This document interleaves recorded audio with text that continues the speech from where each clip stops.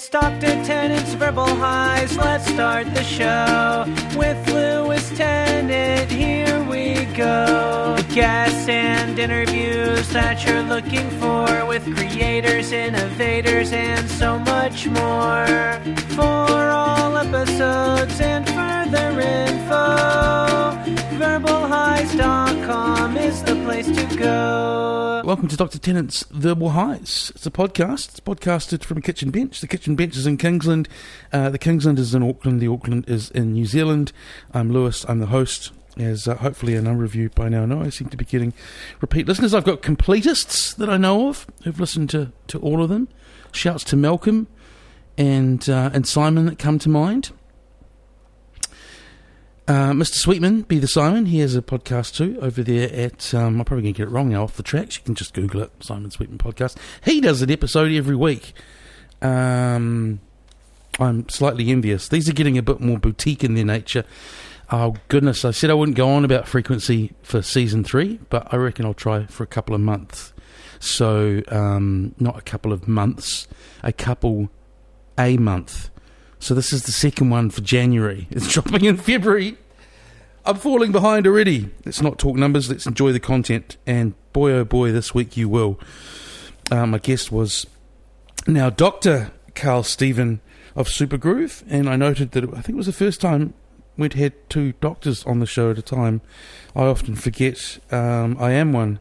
You kind of spend 3 years doing that thing, and then you kind of try and exorcise it from your life, though you do have an amazing hardbound copy of it on your shelf that many people hold awkwardly like a baby that is screaming when you say, "This is my thesis that I did," or thesis. Thesis sounds a little bit, probably would be like a crying baby, or the reason that baby was crying.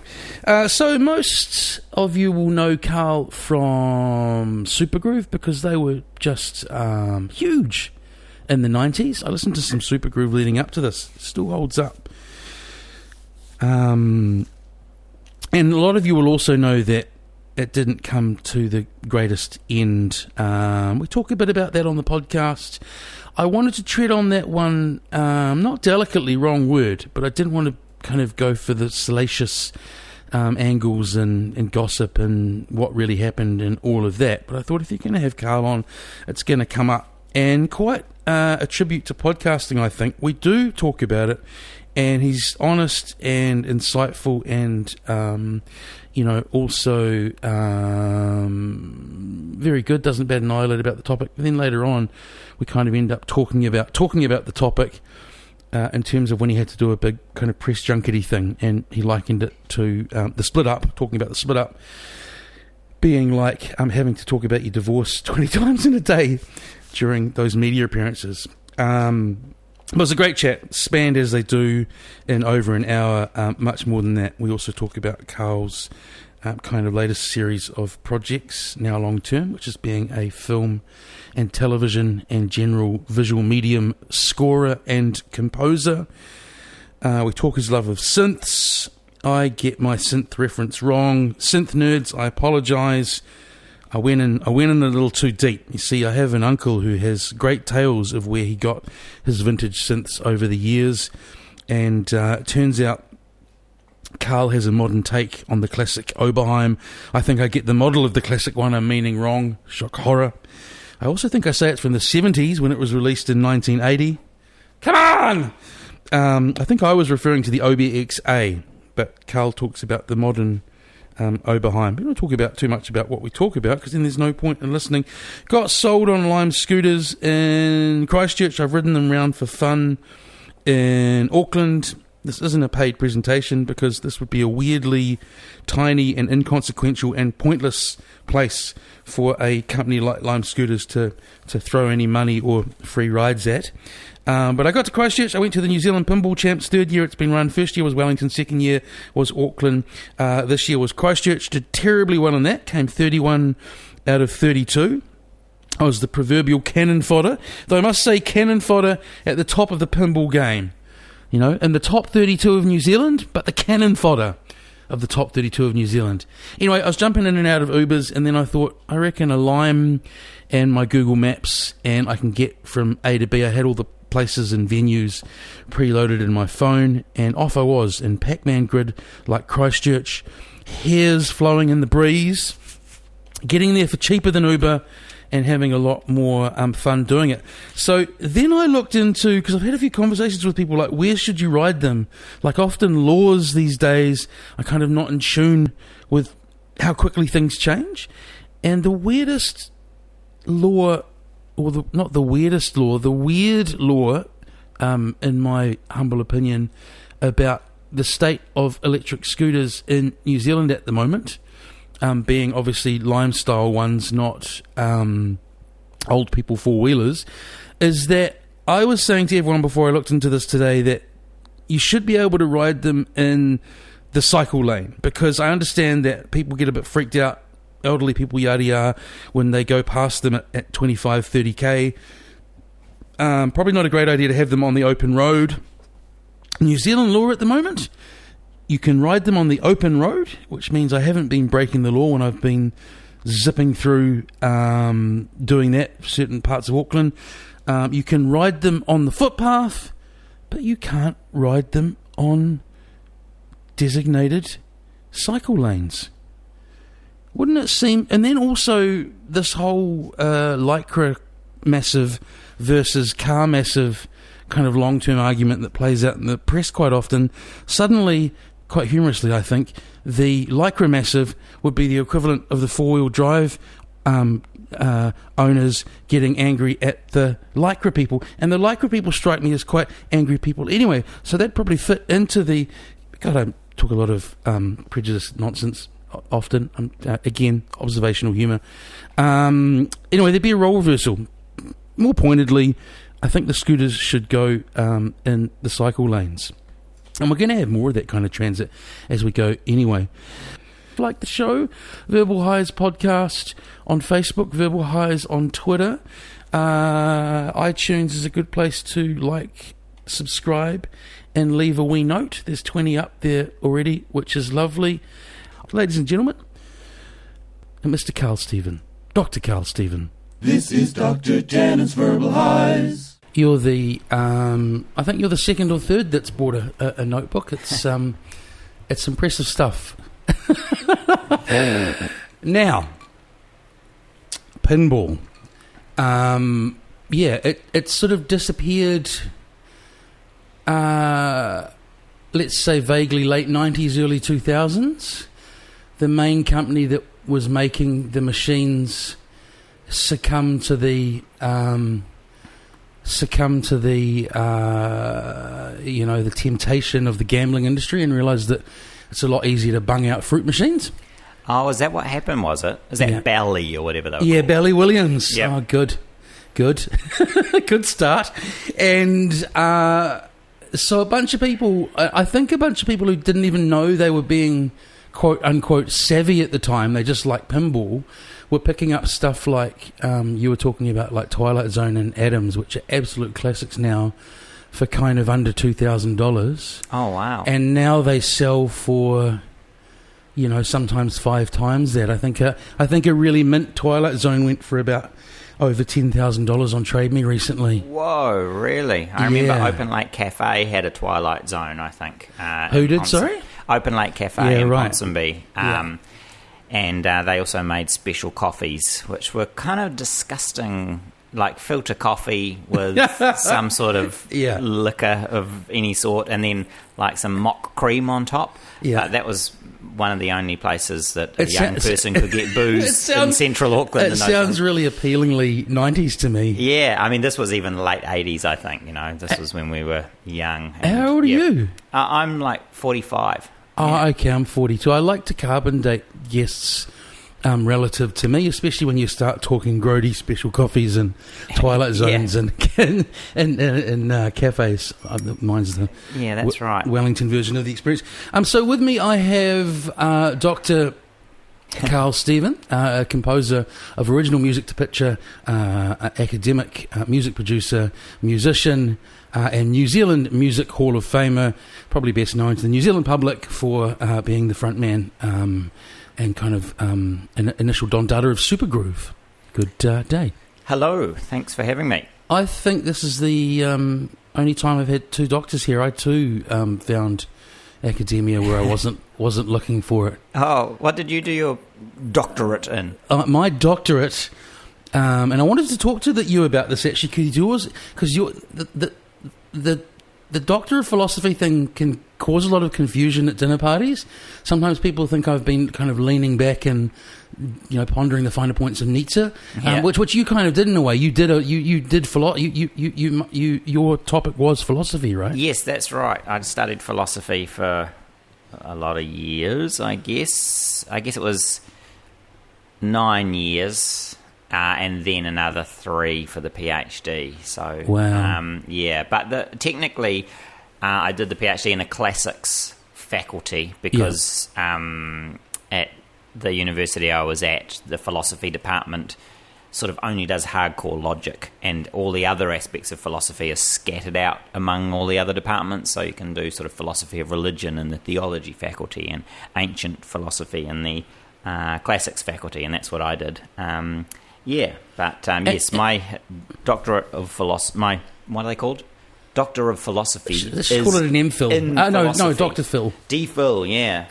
Man, it's all so weird. Yeah, but so you must have had, I always think it's good to be able to explain your sort of central question as simply as possible, which I still struggle with sometimes. But what were you trying to suss, bro? I was trying to suss why Socrates became so important, right?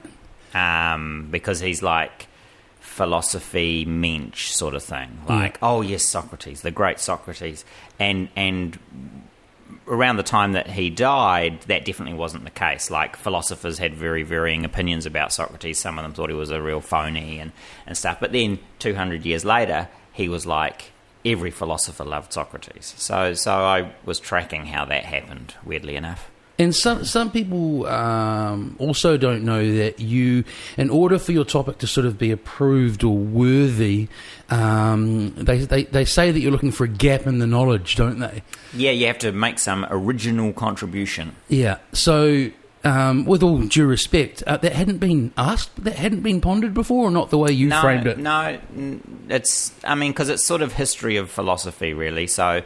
That's not the sort of thing that anyone was interested in, but particularly with ancient Greek and Roman philosophy. Most of the jobs and most of the attention is just on Plato and Aristotle. And so the later stuff, the Stoics, the Cynics, the Skeptics, the Epicureans, all those kind of schools of lifestyle philosophy, of this is how we should live and this is what we should do, that is only recently becoming more taken seriously, and that was the era that I was looking at when basically Greek culture started entering the Roman Empire, because it sounds fascinating. My history is not great by any stretch. What did you do your stuff in? Mine was done through the comms department at AUT. Yep. Communications being something that I wasn't even aware existed when I did a theatre and film undergrad degree in the 90s in Wellington. But communications is such a adaptable field when it comes to what you're going to do for a thesis. Yep. That now I try and explain mine simply. Yes, that's right. I looked at how I used the record shop in the traditional sense of a community kind of gathering place for subcultures, and I looked at how that has basically changed now that we do pretty much everything online. Oh, that's interesting. But it took in a whole lot of stuff like, changing music technologies. That's interesting. You could do the same thing with video shops. They're something I really lament the passing of. Yeah. Well, that was. Now we're going to talk like two guys who've definitely done a PhD. That was a trap. Yeah, that was a trap. I definitely. Boring. Yeah. That was bro. It's all on MP4 and MP3. Yeah. That was a trap I couldn't fall into. It sort of being an exercise in nostalgia. Why not? And that's something. Did you? I mean, because it's different places in the world. Did you? Another thing, I know a lot of people don't know much about the process, so hopefully this is interesting to people who haven't done it. I doubt You have to do something at the end called defending it. Your Viva. Did you do your Viva? I did do my Viva. Yeah, I had to fly back to England for my Viva because I studied that.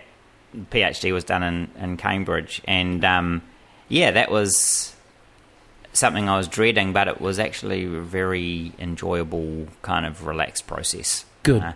And especially if you're making an original contribution to the field, after 3 years of working on it, you really do know as much as anyone in the world about that stuff. And so the people who are doing the questioning of you, they might be very knowledgeable about stuff closely related, and they're usually very smart and stuff, but they don't know quite as much as the person who wrote the thing, and so that's that's right. That's a great response, and also the power of how language frames things. It is often called a defence, where more than one person really helpfully said to me beforehand, that's a terrible word to use for it. It's actually supposed to, when it's a healthy one, it's supposed to be you sitting with a bunch of fellow experts around the field, and as you say, you being the expert on that thing. And luckily I didn't have any, how would you put it?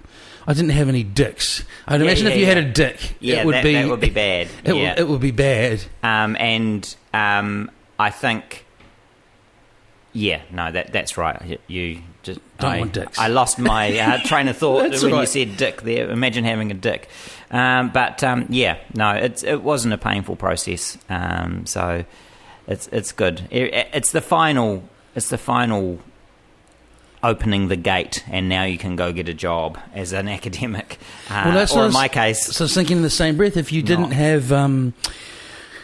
I shouldn't say music to fall back on, again, how language frames things, but if you hadn't decided to continue on with music, it sounds like, especially with the field you're in, kind of classical arts, you would very definitely have fit the mould for a career academic and teacher, right? That's right. Yeah. Ancient philosophy is not something that you go corporate with.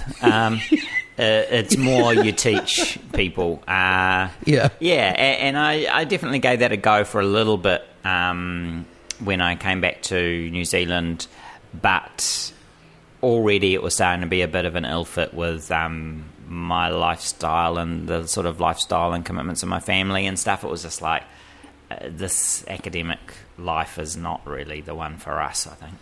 Be interesting to see where the sort of, and I don't mean classical in terms of you doing classics, but it'd be interesting to see where the classical or the classic arts degree goes, because they seem to be. So you did quite the opposite in your earlier years, right? In terms of you abandoned school quite early for our generation. A lot of people left school at 15, 16, 20 years before us, but you were out of there, eh? Yeah. Like my dad, I sort of crapped out. I did. You crapped out with a purpose, Karl. Yeah, I did. I crapped out because I felt I'd found what I wanted to do, and I was only interested in school in as much as it could help me do that, and that was music.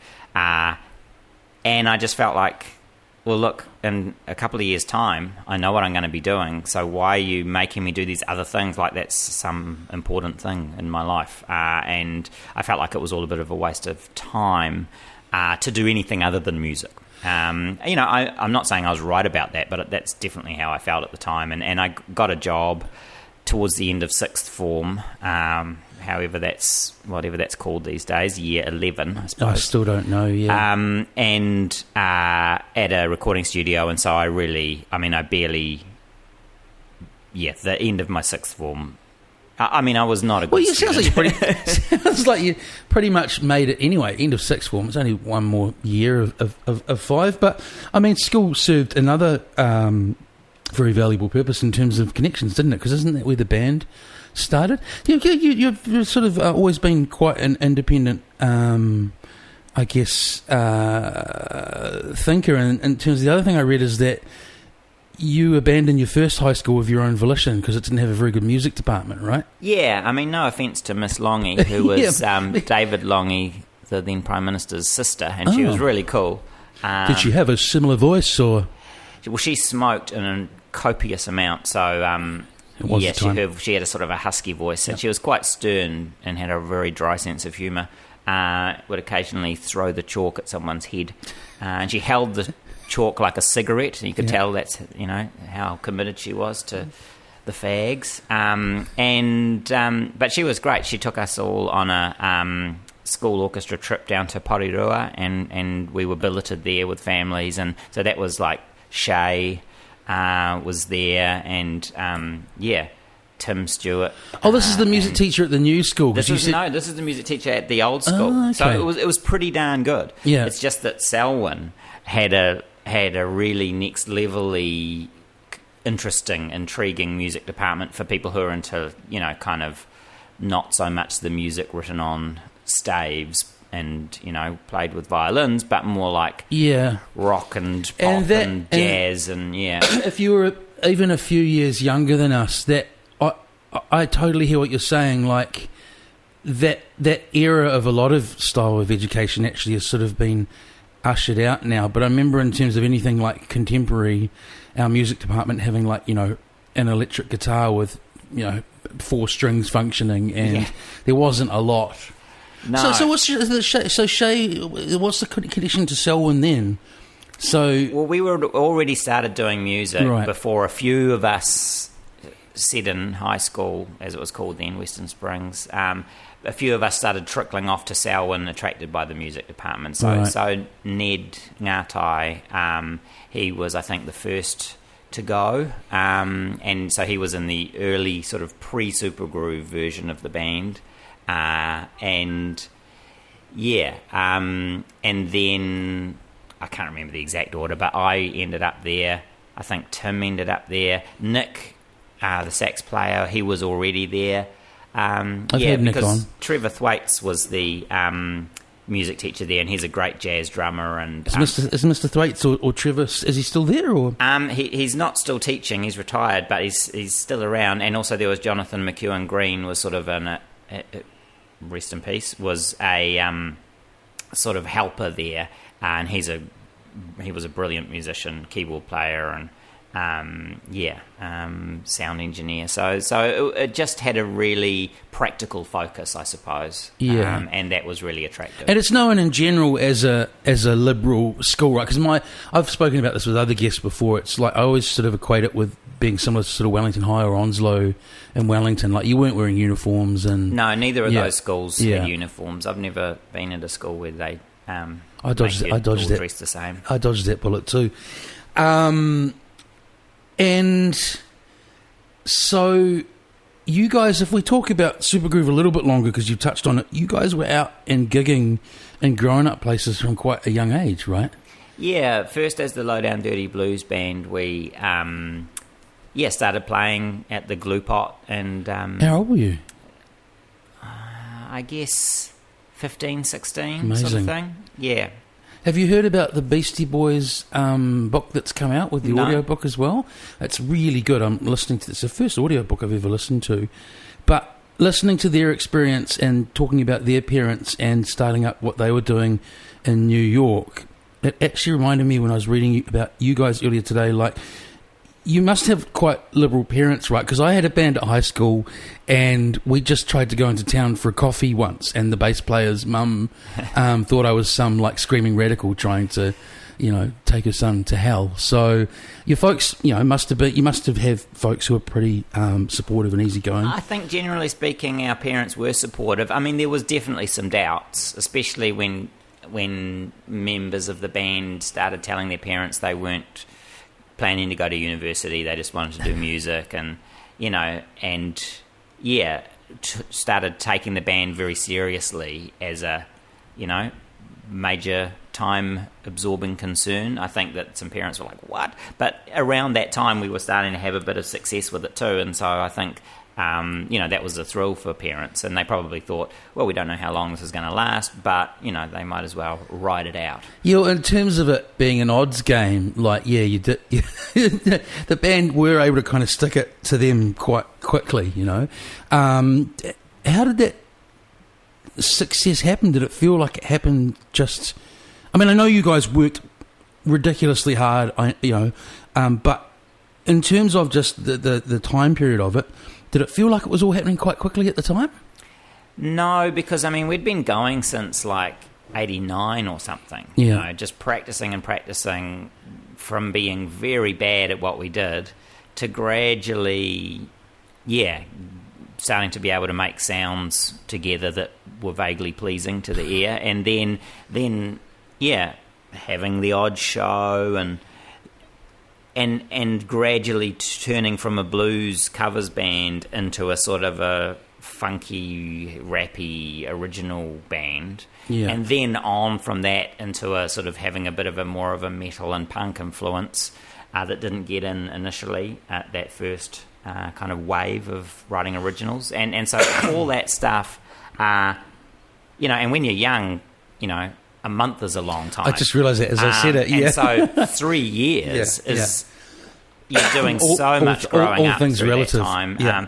And it wasn't just 3 years. It was, from 89, 90, that New Year's Eve was when we changed our name to Supergroove, and then 95 was the world tour. So that's kind of some very big 5 years in kids' lives, from 16 to 21. Yeah, it's crazy. And then 96, it all exploded. So and when I've seen you soul searching about that, I've caught up with a couple of doing my due diligence in the last few days. Yeah. And I know you're already really aware of this, but it should never be forgotten just how young you guys were in terms of it all falling apart, because it's now that I'm X amount older that I realise, fuck, that's young. Yeah, I feel the same way. Yeah. And particularly given that one of the defining things about the young Supergroove was we had come out of a high school context. Yeah. It wasn't that we all went to the same high schools or anything, but that was the culture. And so it was very much a kind of a, I guess, I don't know if locker room is the right word, but there's that kind of everyone's joking, and it wasn't a supportive, collaborative, like... It's a bunch of young boys. Yeah, it's a bunch of people, taking cheap shots at one another and trying to be, outdo each other and be funny and rude and cool and, reckless and all that sort of thing was our kind of sense of humour. And...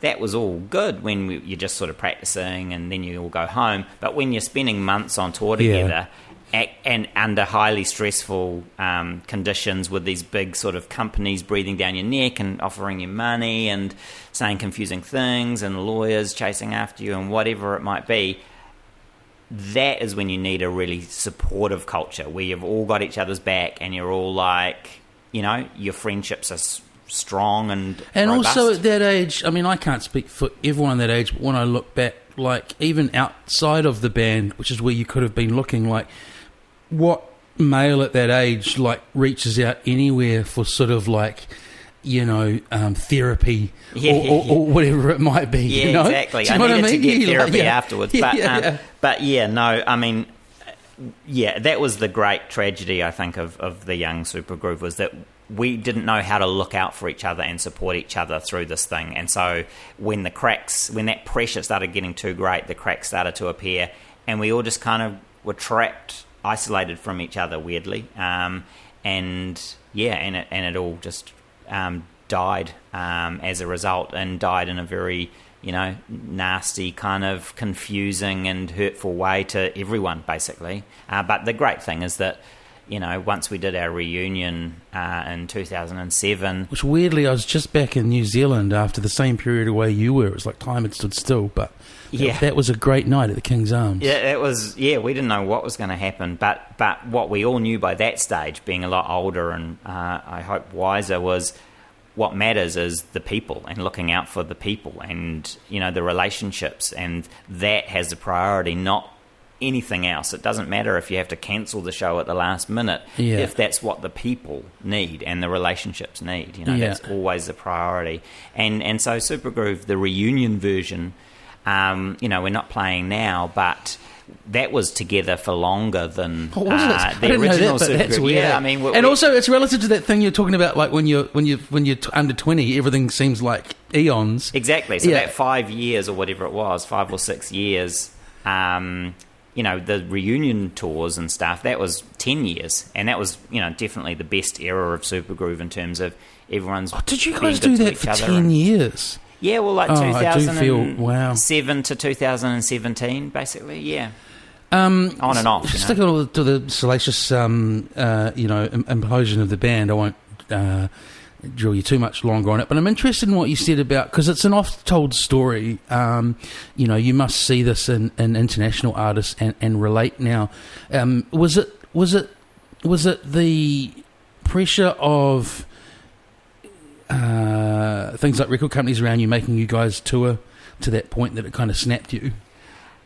To a large extent, yes. I mean, particularly there was that summer period in 95 when there's a time when you're touring Europe that the touring stops because everyone just goes on holiday. And it's a sort of about a 3 week to a month period. So you had some sort of like Rolling Stones-esque farmhouse? That's right. And so they're like, it's too expensive to send you all home. So why don't we put you up in this farmhouse that's like status quo's practice space? And Björk just stayed there and Take That, worked up their live set there. And so we were like, living the dream. Living the dream. What would we want? More than, a pound of cocaine, an Oberheim synthesizer, and, Duran Duran's old practice space. Is that true about the pound of coke? No, it was more bought by the gram. But, so... Living at large New Zealand style. Yeah. So we thought that's a great idea. It was not a great idea. We all should have gone home, had a break from each other rather than being in a pressure cooker, no matter how much drugs and, fancy, former inmates had been there. Yeah. But, so that's when things started really going a little bit dumb. And then also... I think we toured Australia on the way back home, then went home for 4 days after many months, and then toured Australia again. Yeah. And we weren't very popular in Australia outside the main centre, so it was a real hard grind. We were all very exhausted by that stage. Because I again, something I picked up on just doing a quick read and listen about you earlier today, that resonated when you spoke rather about small town Australia and you guys sort of having a funk, a kind of a black sound really in a pub rock country back then, because I was DJing a lot back then, and that's still when you'd get the occasional person in like a general bar rather than a gig going, what's this hip hop shit? Yeah, exactly. Which people don't do now because hip hop's the same age as most punters in a bar, Yeah, and it's just part of the world, But I'm guessing that's what you're up against, right? Yeah, that kind of realise what's this wiggity jiggity wiggity shit? Yeah. This is not okay music. You guys are rapping, and we feel threatened, or that's by definition the stuff that we don't like. This kind of rappy, nonsense. And so it was definitely they were the kind of only places we played in all of our playing around New Zealand and the world that had that kind of response. It was just like, nah, this is not on. Get out of here, So that definitely took its toll as well. What was amazing about it all, man? What was amazing about it all? I mean, I know that it would have taken you a few years afterwards to get to reflecting on that side of it. But what you guys, you've gone to the Hall of Fame, for goodness sake. For goodness sake, we're on Wikipedia. What was amazing? Well, just being surrounded by music all the time. You know what I mean? So. Just hours and hours and days in practice rooms and recording studios and venues and stuff. I mean, that's a real privilege. Also, seeing all these different small New Zealand towns, that was a wonderful way to grow up, seeing places that I never would have had a reason to have gone were it not for us booking a gig there. Yeah. And I really like... And you guys were, you were the hot ticket in New Zealand, so you were all these small towns, you were rammer jam gigs, right? Really full gigs. Yes, people. But I think it was not that we were the hot ticket; we were the only ticket in those towns. I mean, we had to bring our own staging and lights and PAs and convert either a town hall or a school hall or a community centre or a discotheque, into a rock venue for the night, and then get all these kids who had never been to a live music show before, that was cool. I had Di Hemwood on talking about how early on in his stand-up career he just, as a lot of successful people do, he just found ways to put himself out there, and they were booking little RSAs, similar small towns, and he was doing shows where his radio mic was interfering with the kitchen PA system, so you'd get sort of like number 32 burger and then the end of his punchline.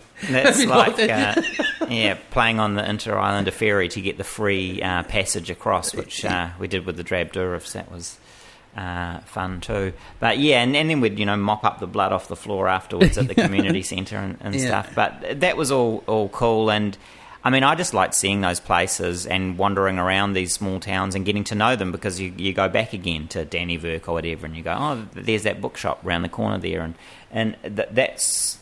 I have really fond memories of sort of growing up like that, wandering around small New Zealand towns and shopping for second-hand books. And if what you knew now, you knew then, I'm guessing you guys were naive to the fact that what you're touring is not an easy touring beast. The seven piece. No, we were naive. It's not a DJ with a USB stick and headphones. No, it's a big show. That's right, it is, and we had a lighting person and sound person and manager, and it was a big lot of us, and we usually toured with bands as well, so we'd usually have one kind of hip-hop act, like Rough Opinion or Urban Disturbance or Leaders of Style or I saw True School Hip Hop Show, right? That's right, and then one sort of indie alternative act like Thorazine Shuffle or the Nixons, or which is back again when that cross pollination wasn't so common. There's a lot of that starting to happen then. I saw you guys as a wide-eyed. I must have been either 7th form or just finished, and I went to Mountain Rock, which is a whole tale unto itself historically. Yes, and I don't know if you guys festival. Do you remember only doing one? I'm not sure, but anyway, the one I was at, you guys were on early afternoon as we got there, and you were. I mean, I already knew who you were, but it was an incredible show. I think we did a couple of them. And they got a bit hairy, and the bike gang started. Something happened towards the end, didn't it? Got all heavy. Something went funny. Yeah. I don't know the details, but it was a strange gig in the central North Island, is how I remember it. So the elephant in the room of this tale is always, what happened with you and Shay, and I'll just ask quite simply, like, are you mates now when you see each other? Oh yeah, absolutely. That's great, man. I mean that would be awful. Be awful if it was still a bit funky. Yeah, no, for 10 years it was like we weren't, we were all estranged from each other, I guess. Yeah. And most conspicuously Shay, and that was such an important thing for all of us, I think, that healing process that happened around the sort of early 2000s. Yeah. When we started, getting in the same room together, and it was a massive thing. I thought you were overseas then, so when you came back, you're starting to... Because you were away from... I think you were away from New Zealand the same period I was, 2000 to 2007, right? I was only away for 3 years. Oh, so it was 2004 to 2007. And so it was the end of 2007 that Super Groove kind of made amends, and that was a huge weight off everyone's lives. Sure. I mean, it was a really bleak sort of time. I had Nick on for an episode. What a lovely chat. A lot of people actually really enjoyed that ep. I did chuckle. I noticed that a lot of you, since the 7 or 8 piece band, have opted for. I thought about like Hopetown Brown, the 2 piece. You've had a 2 piece or two. It's like you've gone for the stripped out version. So during that period, or perhaps even just before, at the beginning, it should be noted that I had no idea until today that, mastering is known as dark art in music, but basically as a kid you mastered a She-Art album. How the hell did you pick up those skills? And Nixon's ITV, Because you just sort of hustled, like young, piss and vinegar teenager, hustled yourself a a role at the recording studio, right? Yeah, I just sort of went through the phone book, and there were 2 recording studios in the phone book. The one on... And the first one, Stebbings were like, don't call us weird teenager. And the second one, I, just through a total fluke, got... The phone was answered by a guy I'd done a harmonica session for, an engineer, at another studio. And he's like, oh, are you the harmonica player? And I was like, went, yeah. And he said, do you know anything about computers? Yeah. And I said, yep, I do computer studies at school, so I can, make a cursor spin round and leave a trail behind itself. And he's like, okay, we need someone to help with the computers. Come in, and they gave me a month's trial. And that was cool because I was learning the Synclavier, which was one of the early direct-to-disc recording systems, which now everyone has in their phone. And also, you mean in terms of... Sorry, with the phone thing, you were meaning that basically anyone can record audio to their phone now? Yeah, direct-to-disc. It's converting analog signal into digital binary. I mean, that was a massive tower that you had to strap yourself into the anti-static mat when you entered the room. And loading these big tape drives called Patriot drives. You had to bang. Were they like big, like a big version of a cart player at a radio station or something? They were more like it was a single spool of tape in a plastic cartridge, about the size of 4 CDs taped together with their cases. And each one of those saved like 1.5 meg or something. It's like how the classic hip-hop albums were made on, samplers that can do 2 seconds or whatever it is. Exactly. And so, but I learnt a lot, and also we had 24-track tape machines and quarter-inch tape machines, so I was learning to, demag tape machines and clean them and splice tape and... You've got to clean... Anyone who's done any entry-level work to a recording studio, it has to involve cleaning tape machines. There has to be isopropyl alcohol. Absolutely. But how do you... I mean, jokes aside, that's still at grommet level compared to mastering an album like the Jihad album. Did that happen in a relatively short period of time? Basically, Malcolm Welsford, the engineer who recorded those albums, they were all recorded to tape, and he wanted to give this mastering on computer a try. And I was the assistant engineer over the road who knew how to work the computer recording thing. And so I operated while he's like, more top end. But was that you doing all that mix side of it? The mastering. So he was mixing it, analog, and analog 24-track tape down to DAT, and then, I would, with him, go through and, we were both learning as we did it, sort of thing, I think.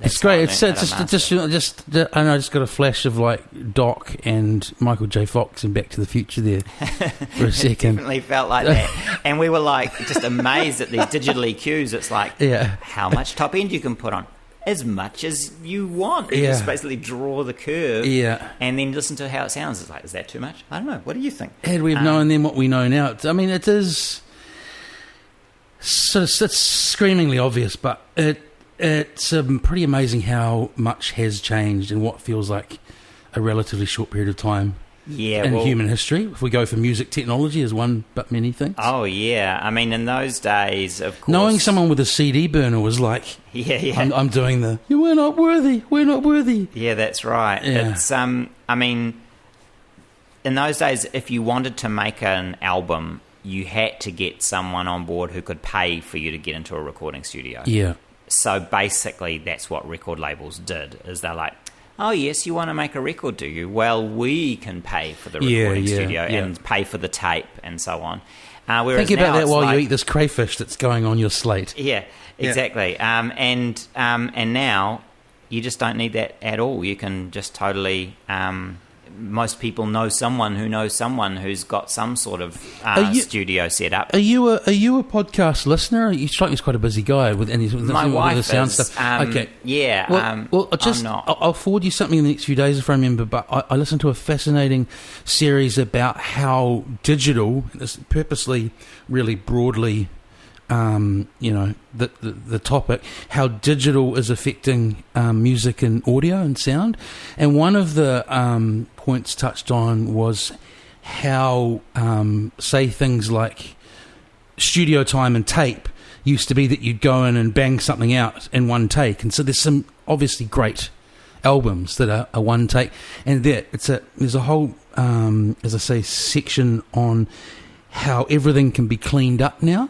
And the argument is that there's too much of a culture of kind of moving stuff around in Pro Tools, often at the detriment of some styles of, music and bands and stuff. It's really interesting. Yeah, well, it's kind of pre-production versus post-production, really. Yeah. So in the tape era, you couldn't fix everything in post. You had to practice and practice and practice before you went into the studio to record your album, so that you could lay it down quickly, and so that you had a real microscope on arrangement details and stuff. So that's what Supergroove did for that Traction album. And then the tracking of it becomes an easy process because you could just focusing on cool sounds. Yeah. And you can get the performances because everyone's really at the top of their game. Now it's most of that microscopic stuff is done in post-production. So it's like, let's lay what we have, and then we'll tidy and we'll tidy and we'll tidy. But also chucking it all on the grid is also what I'm meaning, like making making everything like March. No, that's a shame. It was interesting when they did that Cirque du Soleil Beatles thing, Love. They did. In Las Vegas. And what they did is they took Abbey Road got all of Ringo Starr's drum takes. Yeah. And the first thing they thought is, oh, look, we're going to have to put these on the grid, because we want everything to be, matched up to the lighting show and all this sort of stuff. Dances and lights and triggers. And when they quantized, as it's called, most of you might know, Ringo, it was just like the Beatles were gone. It was just became completely sterile and boring. And so what they had to do is leave his playing exactly as it was and create these complex tempo maps. So they had a grid, but it was a wobbly grid that bent all around his playing and nuanced performances. And that worked out really well. But I think that there's an important lesson in that. And I think that, for any art practice, you shouldn't let the tools steer, the end results of what you do. They should be helping you get there, but not dictating how you work. And that's the great danger, I think, with computers. They're so clever, but they can really create a workflow for you. And I think every artist needs their own workflow, they can even create... Sorry to cut you off. They can create all sorts of things instantly, even if you're unawares. Like, I'm just thinking, like, the amount of what do you call them, like the settings on different synths and so on VSTs. The presets. Yeah, they're great, but you can just adopt this whole thing really quickly, perhaps without a lot of... it's incredible. I always want to sound like that, back in the day, but there's a lot to think about with it. It's a collaboration, you know what I mean? Like when you plug in a synthesizer, whether it's a virtual one or a real one, and you dial up a preset, someone else has made that, someone with different taste from you, and that can be a wonderful collaboration. It's like, ooh, here's what I'll do with that. What I find in my screen composing work, and I have electronic music producer friends who go, oh, that's made on machine. And they can tell because of the presets. Not because it's not because it sounds like machine. That's it's like, why I don't use. They use that presets. And that. And that. So that, like, I like using analog synths. I often use digital ones and software ones as well, but I like using analog ones partly because I'm making the sound and from scratch, and there is no preset. There is nothing apart from me trying to do what I think communicates the sound I'm after. And what I find, the more samples I get, because these days screen composition work, particularly television but also film, is largely created using samples, orchestral samples and so on, very high quality ones, and great tools. But the more I use them, the more I sound like every other person doing my job. And so increasingly I get frustrated with that, and I make more and more of my own samples and sounds. And we'll talk about some of that composition work in a sec, but I don't want to get away from just. You need to indulge my nerd. Your love of the past. My nerd tendencies. Well, it's all the past. Really, no, it's the present. It's now. Well, it involves the past actually. Have you got what keyboards have you got? Have you got a Juno? Got an Oberheim? Have you got a? I've got an Oberheim. Yeah. Which Oberheim? The Oberheim? The OB6. Oh my goodness. Now, oh man, I mean, I've always loved Oberheims. I think I mentioned them earlier, talking about when Supergroup stayed in Stanbridge, we got the record company to rent an Oberheim, and I think it was Jazz Coleman's Oberheim that I first saw when he was working on that first She Hard album. He did a bunch of overdubs of synth, and so that was, I got to noodle around on that, and then when Supergroove went in the studio for the second album, we got an Oberheim, and so I just fell in love with that sound, and I love the music that Oberheim has made, Van Halen's Jump. That particular model, that's the Holy Grail one, right? Well, the OB6 is a or is it the OB4? One. Is it the OB4 I'm thinking of? Well, the OB8 goodness. And the OBX and the OBXA, they're all beautiful classic ones. They're the ones that I had used in those earlier recordings. The OB6 is a more recent one. It came out a couple of years ago, but it was Tom Oberheim collaborating with Dave Smith, who did the Prophets. And basically, Dave Smith worked out a way that you can get presets on a Prophet by, having microchips which read the analog pots, the knobs. And then he approached Tom Oberheim and said, look, can we make an Oberheim like this? So you put all your sound generating circuitry in it, and I have my sound mapping circuitry in it, and then we've got this really powerful Oberheim that you can save, 500 sounds it's a modern on. take, right? I was thinking of the classic 70s unit, but I have to look at what it was. When are you still with us, general audience? I'm a super nerd on Oberheims, but what I realised is, I would rather have an Oberheim 6, an OB6, than those other ones I've played on, because I think it's a more powerful instrument. Best of both worlds. Knob per function. It's you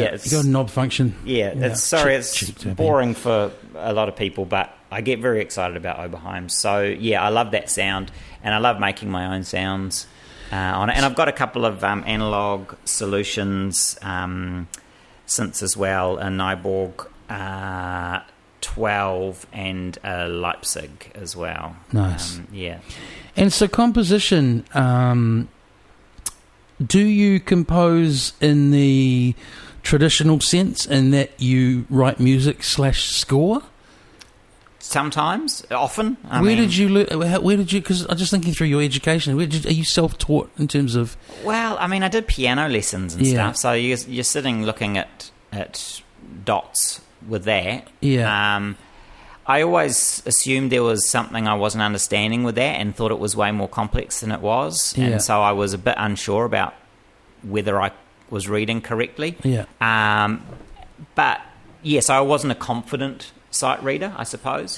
But now that working, because I have to make charts for musicians. That's why I asked in the same breath. It's like, you are creating something for people to play. Absolutely, music. So it's sheet music, and the more I get into it, the more confident I become, and it's I just realised, it is actually just that line is G and that line that space is A or whatever, and there's not some other dimension to it. I think I terrified myself as a young piano learning child into thinking that I must be missing something here. What is going on? I had a guitar teacher when I was a kid who, he did actually go too slow overall in the scheme of things, but part of his very slow and methodical guitar teaching was we were playing stuff off sheet music from a learned guitar book. Cool. And so it's at a really rudimentary level, but at the same time I still remember it, and I know where G sits on those. Is it 6 lines in the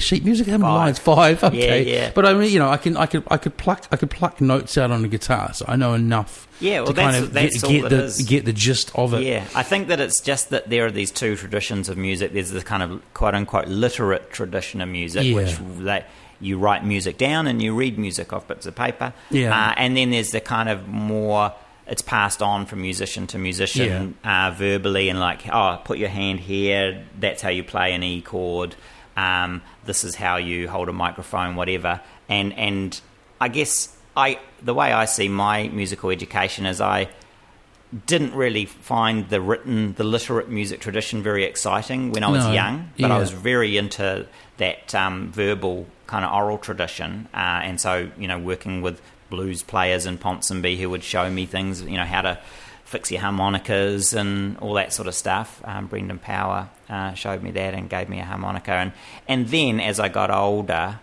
as I hit my 20s, I started getting excited and seeing the power of the literate music tradition, and that's when I started listening to more classical music and reading about orchestration and getting my chops up in that end of the music world. So I'm always interested in the because the bottom line is we'll have to get by in this modern capitalist democracy. So it's a democracy? Yeah. So I often ask guests this about their differing fields. Is like, where is the budget for the composition of music for film and television? Is it a matter of doing, like a lot of people do with other creative vocations, like doing a TVC for money, then doing a passion project? You know what I mean? Or is there? I just find is there a linear financial path to what you're doing? No, well, it's the same. One good composer, Cliff Martinez, who's very popular in Hollywood, did like Drive and stuff like that. He said when he first came to LA, everyone he met was a guitarist or a drummer. Yeah. Now in LA, everyone he meets is a film composer. Yeah. And he said the idea of having that as a vocation, it's like saying you want to be a magician. Yeah. You know what I mean? Like, some people can have a really good career as a magician. Yeah. Other people, it's more of a hobby. Yeah. Some people just like doing tricks, but it's the idea of having a linear career path as a screen composer is, I think, as mental as saying you want to be a magician. I think you just have to go all in with your passion for it. So I don't do a lot of ads. I do the odd ad. But I really focus on what I want to be doing, which is, drama and, TV and film and telling stories. But composition supports you and your family? Well, yeah.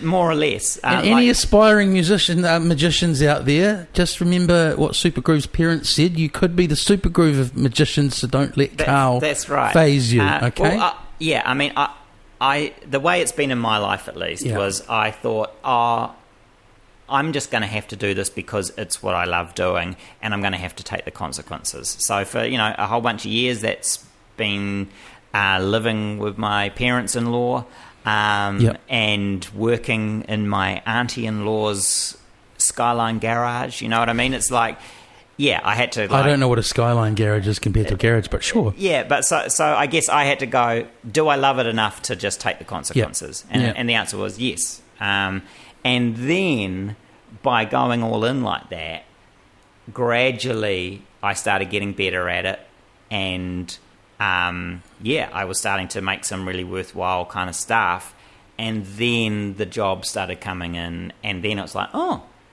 we can, buy a house now, and do stuff and buy groceries, and so but it's not like we own the house freehold, so we'll just have to see how it goes. And I'm still going to be who does yeah, but I'm still going to be all into what I'm doing. I think that's who I am, and I'm willing to take the consequences. Just go corporate with the Socrates of it all.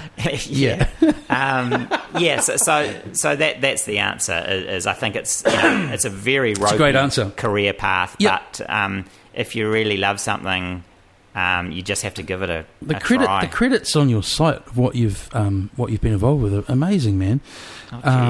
You jest about the well, in fact, perhaps you don't jest about everyone being a film composer in LA. It sort of reminds me of the the DJ promoter or sort of similar things people tag with themselves. But in terms of people doing it in New Zealand, that's another thing I'm interested in. Is Stephen Gallagher's a friend of mine. You can see you guys are on similar paths, right? There's yourself. How many people are, in fact,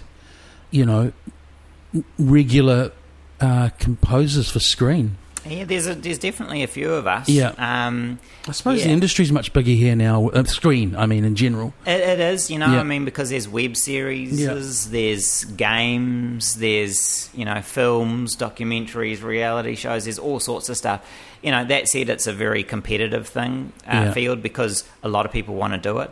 I think a lot of people see it as an opportunity to monetize their music. Yeah. That, I think, is not a... That's a buzzword. Yeah, I think it's a very difficult job. It's really fun. I love it. Yeah. But it takes a very specific kind of temperament because you're doing a lot of work all by yourself. I think that your high level postgrad study would have really. I think it would have really contributed and helped in a big way. Well, it actually did. Yeah. Like being able to just work isolated like that. But concentrate that level of concentration, and I get it. And also getting notes. I mean, a very defining part of screen composition is you'll get notes. You'll get notes from the producers, from the director, from the mixers. So you mean the temperament to it, like, because some days you'll be like, "Oh, fuck, come on!" So you just get layers and layers of notes. But is that right? A part of it's about keeping you cool sometimes. Very much so, and that's why. It sounds amazing. Yeah, my philosophy degree comes in handy. Yeah. I just want to be in harmony with nature. Yeah. So all of that is an interesting part of the process too that I think people often don't take into consideration when they think, I want to do music and I want to make some money, so I'll take some money from these filmmakers and give them some of my music.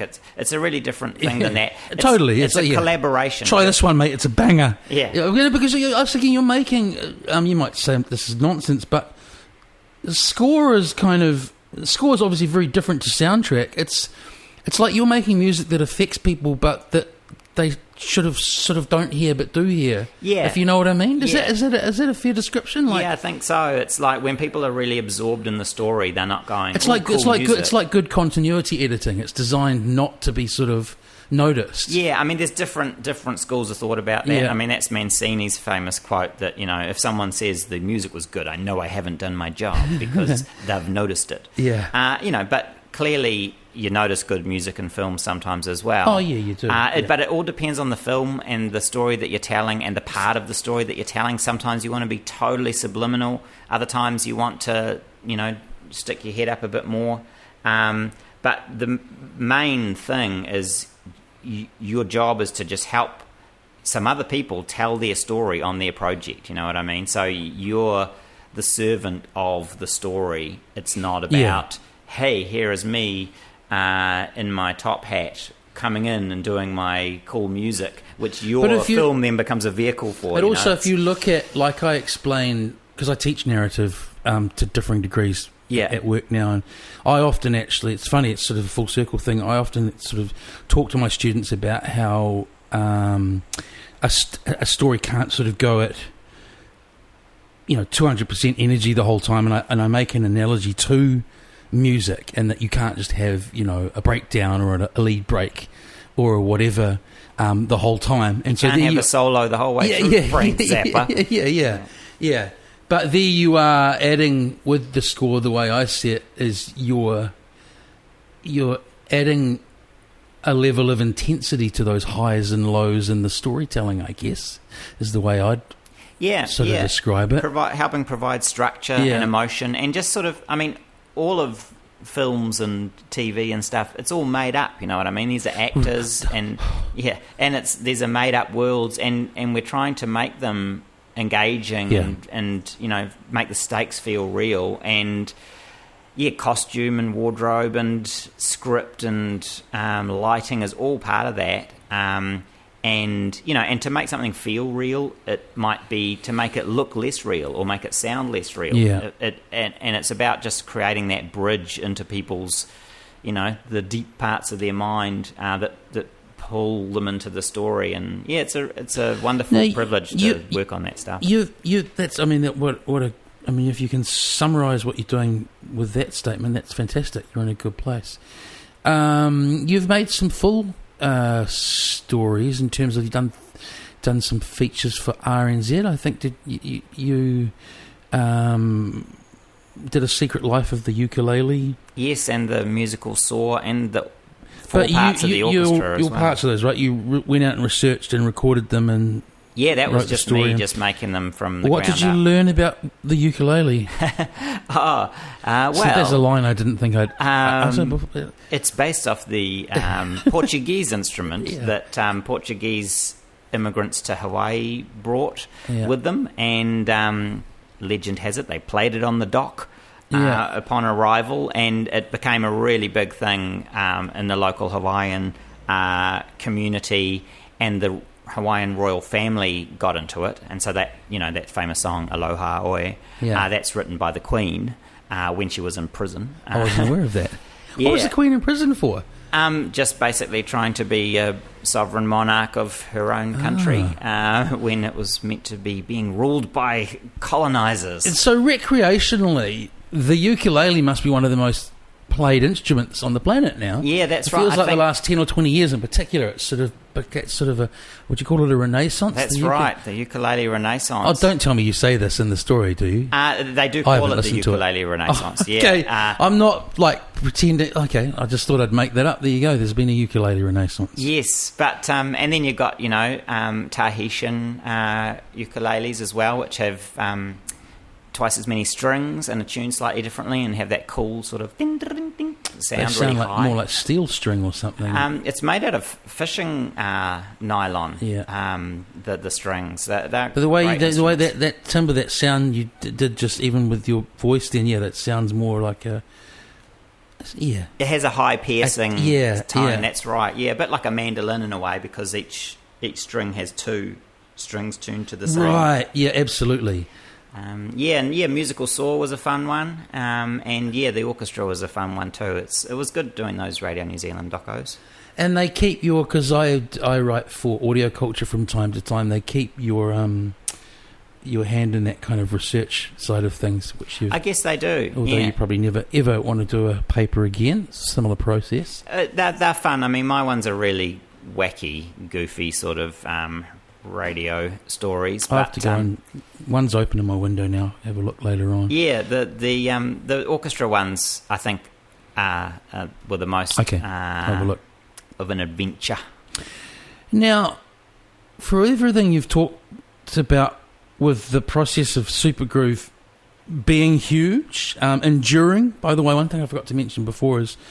It struck me today the music holds up in terms of, I don't know what I mean there, like some stuff dates terribly, but still sounds fresh. Well, the good thing about not being on trend is you don't become off trend in as unforgiving a way as if you're really on trend. The wave that carries you in will also take you out again. So we were never very cool. You don't see anyone wearing Zeal jeans anymore. No. Right. But the point there is, and then as you say, it all went to custard for a while, and then you all went and did your own thing, and then you had a reunion. It was all happy again, and you're all friends, etc. That end. That end. Thanks, Karl. Then the New Zealand Music Hall of Fame thing comes in 2014. Now you might just go, "Oh yeah, that's a night. That's a thing that happened." But I think that's pretty special, man. Were you guys into that when it happened? Obviously, it's an honour. No, it was just another night. It's a big honour to be associated with other music that people cherish, especially now that they've sort of amalgamated to some extent the I've forgotten what it's called, but there was one that always was presented at the Pacifica Awards, and that had like John Rolls and the Yandel sisters and all these amazing acts in it, and Dalvanius and stuff, and then there was the rock ones, and it was all a bit sort of like, why are there these separate things? And now it's all a big smush of everybody's in the same group, and I feel like it's really a lot cooler for it, I mean, prizes and stuff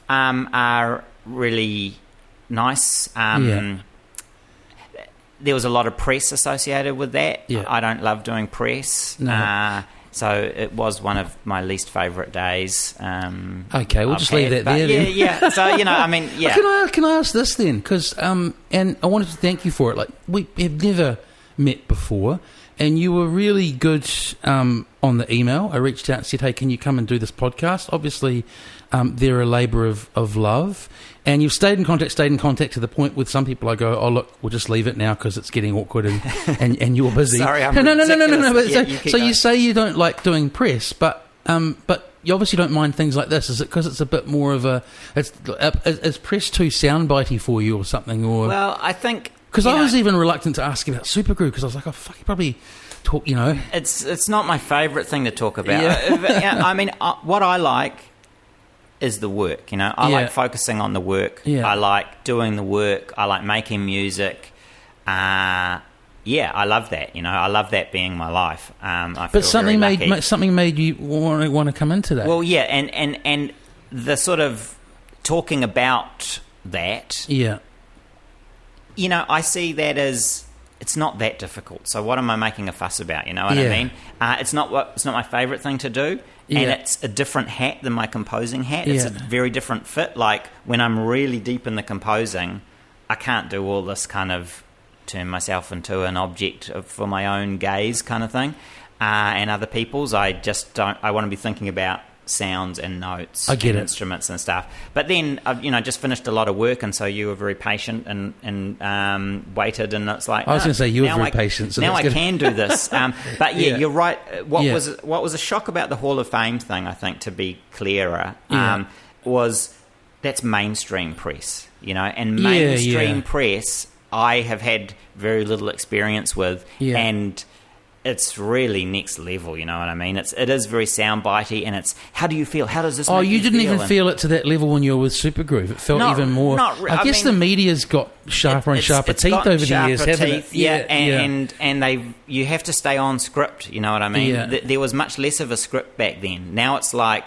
well, you have to say you're humbled and honoured, or like, I'm going in for the kill with you. And and, I am humbled and honoured, but I can't help feeling self-conscious to be such a corny, member of the script-reading, music award-receiving class. And it's like, it feels phony to me. You'd imagine, even when it's not. Yeah, that's right. And, I'd imagine also, so then it all went to shit and you broke up 20 times in a day. Yeah. Would be a little, you got to smile through gritted teeth. Yeah, let's talk about your divorce again, because that's what it is. That's what it is. The whole with Shay and everything. Yeah. It's like, what's your most painful experience emotionally in terms of your relationships? Can you talk about that in public again? Which is why I think podcasts, especially these conversational podcasts, people doing 3-hour ones that people listen to,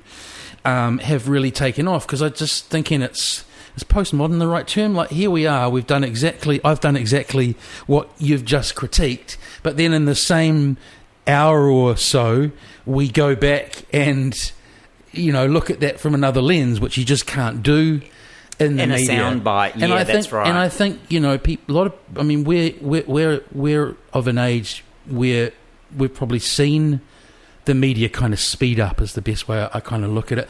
So I can sort of see, I've got younger students now starting to listen to things like Rogan's 3-hour podcast, and I guess for them, it's the only time they've experienced something like that, where it's not just like, Yes, I mean, I don't pay a lot of attention to the mainstream media, is another thing why where do you get your news from? When we got, I don't get much news. Yeah. I mean, I find that I just get confused and upset when I'm well informed, and then it doesn't actually change what I do. It just drives me insane. So if something major happens to Trump, how many days do you reckon that'll take to filter through to Karl? I don't even hear about it.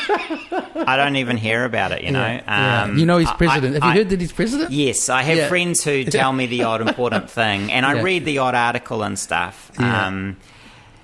But I try and make it a bit more self-directed, because otherwise I'm just reacting to everything, and I find it just freaks me out. I hear you, and again, how it's packaged is designed for reaction, conflict. if it bleeds, it leads, all of that, Yeah, no, and I'm a real sucker. Like, I react very strongly to things that I see, and so I try and be very careful about what I see and what music I listen to and stuff as well. Like, really, I try and have an active sort of role in what I'm hearing, the movies I'm watching.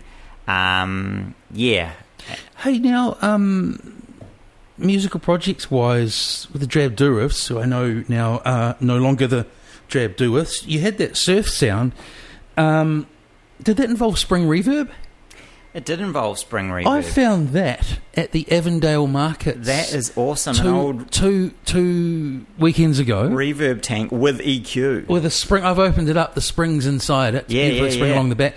It's got the wrong power supply in it. I turned it on and it started smoking. But so it's an American. It needs a step down. Yeah, but there's a couple of other issues with it. But what a thing of beauty! I thought $40. I might probably, if I pay someone to fix it, it might cost me another $50 or $100. But I'm dying to know what it actually sounds like. It's not Holy Grail. It's an obscure Japanese brand, but I'd say that's a 1970s Ultravox spring reverb with EQ. It's the sound of the spring that matters. So there's no particular brand. I don't think that. Is necessary. Someone said to me that if it all goes terribly with trying to get that fixed, that you can actually pull the spring units out of them and put them in something else. It's got the RCA connectors to the spring unit. I mean, that would be very easy to do. It's such a simple technology. It's basically just putting a guitar pickup on a spring, literally, and then, plugging some sound into the spring and making it wobble. So, folks, what we're looking at, Karl, if you had to think of a common... I'm trying to put myself on the spot, but that an object that be around the same size as that unit we're looking at, like oh God, what's something that? Because I've got a point to make about this. Okay, it's the size of, like, if you cut off the forearm of about 8 people and gaffer tape them together. Oh, that's awesome. That would be it. Right, so not end to end, like in a clump, like in a fasces. Like you were kind of going to perhaps slow cook them together or something. But my point is that now would be that would be a setting on an app, wouldn't it? That huge unit that makes that one sound. Probably a spring reverb. That's right. That isn't a bunch of arms taped together. Yeah, but as we were saying before, it is different interacting with apps and things in your creative process. It might work for some people and it might not work for others, and it might work for some projects and it might not work for others. I mean, I know. Well, there's also the tactile nature of that, is how can you miss those buttons and sliders and so on. Yep. So how it ended up on... I don't know if you've ever been to the Avondale Markets, but the bric-a-brac end of it... Some of them are like, how could you get a more, random bunch of items onto a table, and where did this person find them? There was nothing else on that guy's table, even remotely close to that. So how it came to be in Auckland there with an American plug in 2019, I don't know. It's cool, isn't it? Everything tells a story. I wish I knew the story. I've thought about that with when we were talking about pinball machines before. Like, I'd love if they kind of had like a logbook or an ownership book. You could go, that was the Nat Cafe for 6 years. Hey, so musical projects now, Karl. I'm just going to get ranty now. Are you involved in a band, as it were? Well, Queen Neptune, so that's with Kiwi, my sister-in-law. So she was in the Drab Dourifs and Heart Attack Alley. Yeah. And we've been doing stuff with synthesizers. And, we got a show coming up in March, so we're going to do some practicing again. So, that's cool. Good fun. As you say, from the 7-piece of my early days down to now there's 2 people, but it's really a lot easier organising practice. It all fits in a Fiat Punto now. Exactly. If you need to tour it. Heart Attack Alley toured in a Fiat Punto in Italy. So the truth stranger than fiction. Yeah. Hey, it's been a pleasure. Thank you for coming on. And what does the rest of the day hold for you? I'll be heading back down on the bus to Thames, back to the family. Okay. Hey, thanks, Karl.